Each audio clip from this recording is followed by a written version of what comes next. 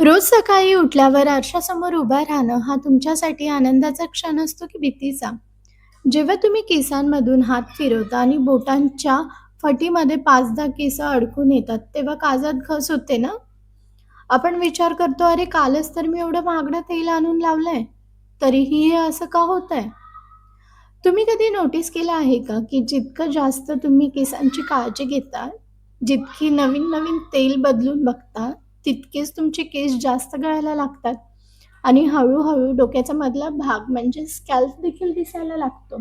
आपल्या समाजात ना एक मोठा खूप गैरसमज पसरला गेला आहे लहानपणापासूनच, की आपल्या डोक्यात एकच गोष्ट बिंबवली जाते. ती म्हणजे जर केस गळत असतील, तेल लावा. केस कोरडे असतील, तेल लावा. अगदी डोकेदुखी होत असेल, तरी देखील तेल लावा. तेल हे जणू काही प्रत्येक समस्येवरचं एक रामबाण औषधच असल्यासारखं आपण त्याकडे पाहतो. पण आजच्या आधुनिक युगामध्ये जेथे प्रदूषण, बदललेली जीवनशैली, केमिकलचा वापर वाढला आहे, तेथे जुने नियम जसे तसे लागू पडतच नाहीत. आपण जेव्हा बाजारामध्ये जातो, तेव्हा आपल्याला टीव्हीवरती किंवा सोशल मीडियावरती वेगवेगळ्या जाहिराती दिसतात आपल्या मोबाईलमध्ये. विचार न करता आपण ते तेल विकत देखील घेतो. पण विचार करा, की जर ती तेल खरोखरच इतकी प्रभावी असतील, तर आज जगात टक्कल पडण्याची किंवा केसगळतीची समस्या नष्टच झाली असती ना? पण तसं होत नाहीये. उलट दिवसेंदिवस हेअर क्लिनिक्सचे संख्या जास्त वाढतायत. लोकं ट्रान्सपरंटकडे वळायला लागले. त्याचा अर्थ असा आहे, की आपण कुठेतरी खूप मोठी चूक करतोय. आपण समस्यांच्या मुळाशी जाण्याऐवजी फक्त वरचे उपाय शोधतोय. आपण डोक्याला तेल लावून मसाज करतो, तेव्हा आपल्याला खूप छान वाटतं, शांत झोप देखील लागते. पण ते फक्त तात्पुरतं असतं. पण याचा अर्थ असा नाही, की तेल तुमच्या केसांच्या मुळांना आतून मजबूत करतंय. केसांची रचना ही अशी असते, की ते नक्की अन्न कुठून मिळतंय, हे जोपर्यंत तुम्ही वैज्ञानिकदृष्ट्या समजून घेणार नाही, तोपर्यंत समस्या ही येतच राहणार. चला तर मग आपण यामागचं वैज्ञानिक कारण समजून घेऊयात. आपले केस हे आपल्या शरीराचा एक केसाचा जो भाग आपल्याला बाहेर दिसतो त्याला हेअर स्टॅल्प असं म्हणतात. पण या भागात कुठल्याही प्रकारच्या नसा किंवा रक्तवाहिन्या नसतात. म्हणूनच आपण जेव्हा केस कापतो तेव्हा आपल्याला कुठलीही वेदना होत नाही. तर आता तुम्ही विचार करा, की जी गोष्ट आधीच मृत आहे, त्यावरती तुम्ही कितीही महागडं तेल लावलं तरी ते आत कसं काय जाणार ना? तेलचे रेणू म्हणजेच मॉलिक्युल्स हे आकाराने खूप मोठी असतात. आपली त्वचा त्यांना आत शोषून घेऊ शकत नाही. तेल हे फक्त केसांच्या वरच्या थरावरती एक पातळ कोट तयार करतं, ज्यामुळे केसांना तात्पुरती चकाकी आणि चमक येते. केसांचा जो भाग जीवित असतो तो म्हणजे आपला स्कॅल्प, त्वचेचा आतला भाग, ज्याला आपण हेअर फॉलिकल किंवा केसांचे मूळ म्हणतो. या मुळांना पोषण कुठून मिळतं? ते पोषण आपल्या रक्तामधून मिळतं. तुम्ही जे काही खाता त्यातून मिळणारे विटॅमिन्स, प्रोटीन, मिनरल रक्ताद्वारे या मुळांपर्यंत पोहोचतात. म्हणजेच केसांची वाढ ही आतून बाहेर येते, बाहेरून आत नाही. जर तुमच्या शरीरात लोहाची किंवा प्रोटीनची कमतरता असेल, तर जगातलं कुठलंही तेल तुमच्या केसांची गळती थांबवू शकणार नाही. तेल हे फक्त एक कंडिशनल एजंट आहे. जेव्हा तुम्ही जास्त प्रमाणात तेल लावता, तेव्हा ते तुमच्या स्कॅल्पवरती जमा व्हायला लागतं. आपल्या डोक्याच्या त्वचेवरती लाखो बारीक छिद्र असतात, ज्यातून त्वचा श्वास घेते. जेव्हा या छिद्रांमध्ये तेल जमतं ना, तेव्हा ती बंद होतात. जसं की आपण एखाद्या रोपट्याला खूप जास्त पाणी दिलं, की त्याची मुळं सडायला लागतात. झाडाला वाढण्यासाठी खत मुळापासून घालावं लागतं, पाण्यात नाही. तर नकळत होणाऱ्या 3 चुका आणि त्याचे दुष्परिणाम. पहिली चूक सगळ्यात मोठी म्हणजे तेल रात्रभर डोक्यात लावून ठेवणं. आपल्याकडे जुनी पद्धत आहे, की शनिवारी रात्री किंवा रविवारी रात्री भरपूर तेल लावायचं, चोळायचं आणि तसंच झोपायचं. आपल्याला वाटतं, की जितकं जास्त तेल डोक्यात राहील, तितकं जास्त पोषण केसांना मिळेल.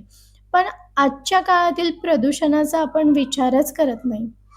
जेव्हा तुम्ही तेल लावून झोपता, तेव्हा तुमच्या खोलीतील, गादीवरची, उशीवरची धूळ आणि हवेतील बारीक कण त्या तेलाला चिटकून बसतात. हे तेल आणि धूळ एकत्र येऊन तुमच्या स्कॅल्फवरती एक घट्ट, चिकट थर तयार करतात.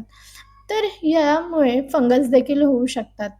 हा फंगस तुमच्या डोक्यात वाढला की तिथे कोंडा देखील निर्माण होतो. इन्फेक्शन होऊ शकतं आणि केसांची मुळं कुमकुवत होतात. दुसरी चूक म्हणजे तेल लावल्यानंतर केसांना खूप घट्ट बांधणं. अनेक महिलांना सवय असते, की तेल लावलं की लगेचच कंगवा घालून केस ओढून विंचरायचं किंवा घट्ट वेणी किंवा अंबाडा बांधायचं. हे केसांसाठी अत्यंत घातक आहे. जेव्हा तुम्ही डोक्याला मसाज करता किंवा तेल लावता, तेव्हा तिथली त्वचा मऊ आणि रक्ताभिसरण वाढल्यामुळे केसांची मुळं ही तात्पुरती सैल झालेली असतात. अशा संवेदनशील वेळी जर तुम्ही केसांना जोरात ओढलं किंवा घट्ट बांधलं, तर तिथे प्रचंड ताण पडतो. यामुळे केस तुटतात आणि कमकुवत होतात. तर या प्रकारच्या गळतीला वैज्ञानिक भाषेमध्ये ट्रॅक्शन एलोपेशिया म्हणतात. जर तुम्ही नोटीस केलं असेल तर बऱ्याच महिलांचे कपाळ वरच्या बाजूने मोठे दिसायला लागतात आणि कपाळाकडे केस पातळ होतात. तर त्याचे प्रमुख कारण हेच आहे की घट्ट केस बांधतात. तिसरी चूक म्हणजे आपल्या केसांचा प्रकार न ओळखता चुकीचं तेल वापरणं. बाजारात अनेक प्रसिद्ध तेल आहेत किंवा तुमच्या मैत्रिणीला त्या तेलाचा फायदा झाला म्हणून तुम्ही देखील ते तेल लावलं, तर हे असं नाही चालत. जर तुमची त्वचा आधीच तेलकट असेल किंवा तुमचा स्कॅल्प ऑइली असेल, तर तुम्ही त्यावरती आणखी जाड आणि चिकट तेल जसं की एरंड तेल, कस्टर ऑइल किंवा जाड खोबरेल तेल लावलं, तर तुम्ही स्वतःच्या हाताने केसांचं नुकसानच करताय. ऑइली स्कॅल्पवरती आधीच किंब जास्त असतात. त्यात अजून तेल टाकल्याने छिद्र पूर्णपणे बंद होतात. तर या उलट ज्यांचे केस खूप ड्राय आहेत, त्यांनी जर चुकीचं सुगंधी तेल वापरलं, तर त्यातील अल्कोहोल आणि केमिकलमुळे केस अजून जास्त कोरडे आणि निर्जीव होतात. तर आपल्याला योग्य तेल हे निवडता आलं पाहिजे. की नक्की आपण कोणतं तेल वापरतोय, ते कसं वापरायचं याचं उत्तर तुमच्या स्कॅल्पच्या प्रकारातच दडलेलं असतं. आपण जसं की चेहऱ्यासाठी स्किन केअर रुटीन ठरवतो, तसंच आपण केसांसाठी देखील ठरवलं पाहिजे. जर तुमचा स्कॅल्प ऑइली असेल, म्हणजेच केस धुतल्यानंतर दुसऱ्याच दिवशी डोक्यात तेलकटपणा जाणवत असेल, तर तुम्हाला खूप हलकी तेल वापरण्याची गरज आहे. अशा त्वचेसाठी जोजोबा ऑइल किंवा टी ट्री ऑइल उत्तम मानलं जातं. जोजोबा ऑइलची रचना आपल्या त्वचेच्या नैसर्गिक सारखीच असते. त्यामुळे ते त्वचेला ओव्हरलोड करत नाही आणि टी ट्री ऑइलमध्ये अँटी फंगल गुणधर्म असतात, जे कोंडा होण्यापासून रोखतात. जर तुमचा स्कॅल्प हा खूप ड्राय असेल, म्हणजेच केस नेहमी कोरडे, विस्कटलेले किंवा निर्जीव वाटत असतील, तर तुम्हाला केसांना ओलावा देण्याची गरज आहे. अशा केसांसाठी बदाम तेल किंवा ऑलिव्ह ऑइल हे खूप फायदेशीर ठरतं. बदामाच्या तेलामध्ये व्हिटॅमिन ए हे भरपूर असतं, जे केसांच्या बाह्य थराला मऊ करतं आणि त्यांचे प्रदूषण आणि उष्णतेपासून देखील संरक्षण करतं. जर तुम्हाला तीव्र केस गळतीची समस्या असेल, तर आजकाल अ, रोजमेरी ऑइल खूप चर्चेत आहे. विज्ञानातही हे मान्य केलेलं आहे, की रोजमेरी ऑइल तुमच्या स्कॅल्पमधील रक्ताभिसरण वाढवून केसांच्या मुळांना उत्तेजित करतं. पण लक्षात ठेवा, की रोजमेरी ऑइल हे एक इसेन्शियल ऑइल आहे. ते थेट डोक्याला लावायचं नाही आहे. तर ते नेहमी नारळाच्या तेलात किंवा बदामाच्या तेलात एखादा थेंब मिक्स करून ते लावायचं आहे. तर हेअर केअरसाठी एक रुटीन सेट करा. आज आपण या गोष्टी पाहिल्या, तर त्यातून तुम्हाला एक गोष्ट तुम्ही नक्कीच समजली असेल, की केस सुंदर ठेवण्यासाठी महागड्या प्रॉडक्ट्सची गरज नाही आहे. तर ती योग्य सवयीची आहे. तर उद्यापासूनच तुम्हाला तुमच्या आयुष्यात काही 3 छोटे बदल करायचे आहेत. पहिला म्हणजे तेल लावण्याची वेळ बदला.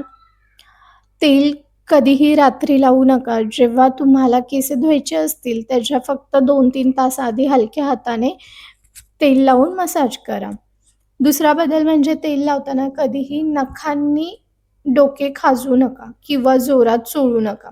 आपल्या बोटांच्या पेरूंनी अगदी हलक्या हाताने गोलाकार दिशेने मसाज करा. यामुळे तिथलं रक्ताभिसरण सक्रिय होतं आणि केसांना नैसर्गिक पोषण मिळतं.